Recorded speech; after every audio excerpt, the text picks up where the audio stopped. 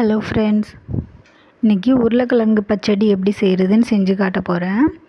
அதுக்கு பெரிய சைஸ் உருளைக்கிழங்கு 2 உருளைக்கிழங்கு நான் வேக வச்சு எடுத்திருக்கேன்.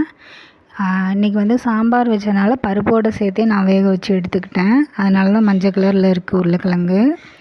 3 தக்காளி, மீடியம் சைஸ் தக்காளியும் ஒரு பெரிய சைஸ் வெங்காயமும் எடுத்திருக்கேன். அது எல்லாத்தையும் குட்டி குட்டியாக கட் பண்ணிக்கிறலாம். அப்புறம் ஒரு பாத்திரத்தில் தேங்காய் எண்ணெய் ஊற்றிக்கலாம். 2 டேபிள் ஸ்பூன் அளவு தேங்காய் எண்ணெய் ஊற்றிருக்கேன். கொஞ்சமாக கடுகு சேர்த்துக்கலாம். கடுகு நல்லா பொரிஞ்சதும் கட் பண்ணி வச்சுருக்க வெங்காயத்தை இது கூட சேர்த்துக்கலாம். வெங்காயம் நல்லா வதங்கி கலர் மாதிரி வரணும். வெங்காயம் நல்லா வதங்கினதும் இதில் கட் பண்ணி வச்சுருக்க தக்காளியை நம்ம சேர்த்துக்கலாம். தக்காளி ரொம்ப குட்டி குட்டியாக கட் பண்ணிக்கோங்க. கட் பண்ணிவிட்டு இப்போ தேவையான அளவு உப்பு சேர்த்துக்கலாம். உப்பு சேர்த்துட்டு இந்த தக்காளி நல்லா வேக விட்டுறலாம். தக்காளி எந்த அளவுக்கு சாஃப்டாக வேக முடியுமோ அந்தளவுக்கு சாஃப்டாக வேக விட்டுறலாம்.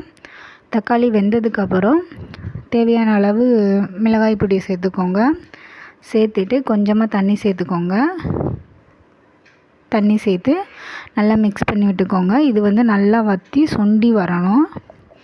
அந்த தண்ணி சத்து எல்லாமே நல்லா சுண்டி வந்ததுக்கப்புறம் உருளைக்கிழங்கு நான் அந்த மாதிரி உதுத்து வச்சுருக்கேன். ரொம்ப நைஸாக உதுக்காமல் கொஞ்சம் 1-2 உதுத்து வச்சுருக்கேன்.